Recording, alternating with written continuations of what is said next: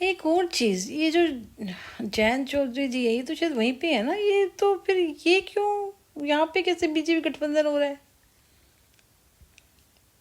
ये क्या?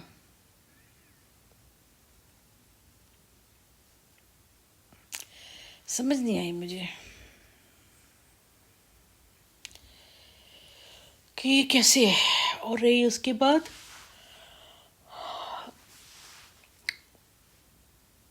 कई बार इंसान की ना आंखें होती है और आंखों के सामने उसकी ही चीज़ होती है और वो देख नहीं पाता।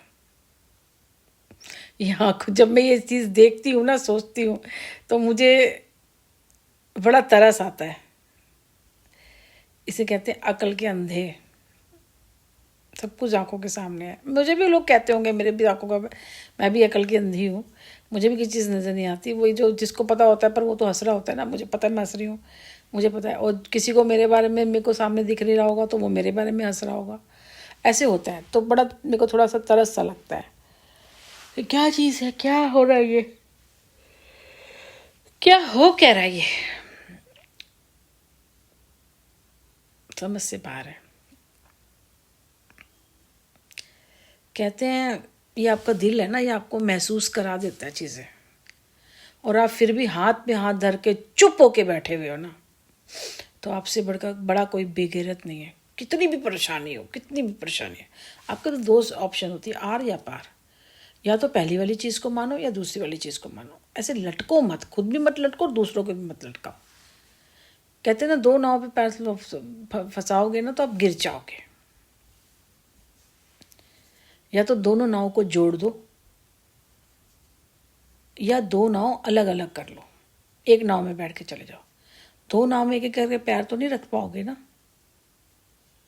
आपने उसको जोड़ रखा होगा तब तो फिर भी सरवाइव कर लोगे, लेकिन अलग अलग होंगी तो फिर वो नहीं, आप सरवाइव कर पाओगे। कितना समझाती हूँ मैं, कितना समझाती हूँ, फिर भी समझ नहीं आती, क्योंकि आदमी है ना, ईगो प्रॉब्लम है, और औरत हुई तो जलन होएगी। तो वो जो ईगो है ना, वो नहीं, वो साइड नहीं रखी जाती। साइड में रख के जिस दिन बात हो जाएगी ना, उस दिन सारी समस्या का हल हो जाएगा, सारी समस्या का।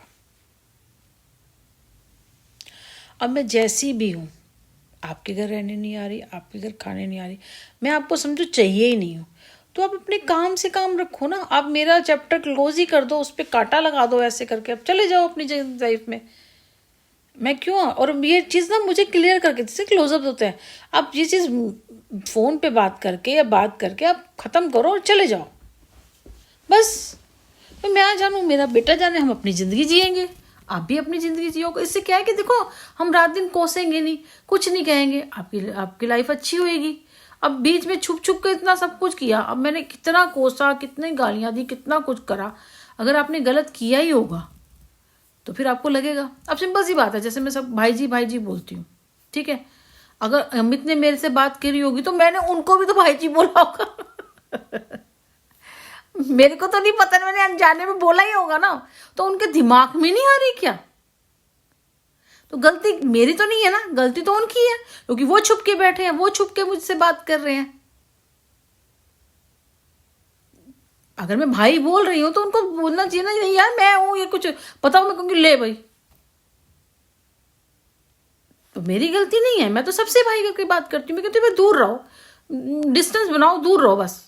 तो बहुत झेला है भाई मैंने, मेरे को नहीं बदले, दूर रहो भाई ना, हमारे को मदद भी नहीं चाहिए, कुछ भी नहीं, हमें जीने दो भाई, कोई बात नहीं।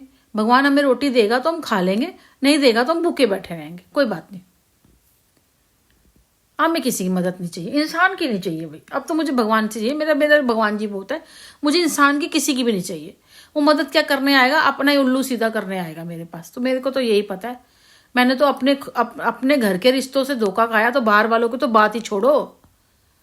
अब बाहर वालों की तो बात ही छोड़ो भाई, जो मैंने तो अपने घर के रिश्तों से धोखा खाया हुआ है, तो बाहर वालों की तो बात ही छोड़ो, ठीक है ना, क्योंकि उनसे हमारा ब्लड का भी रिश्ता नहीं है।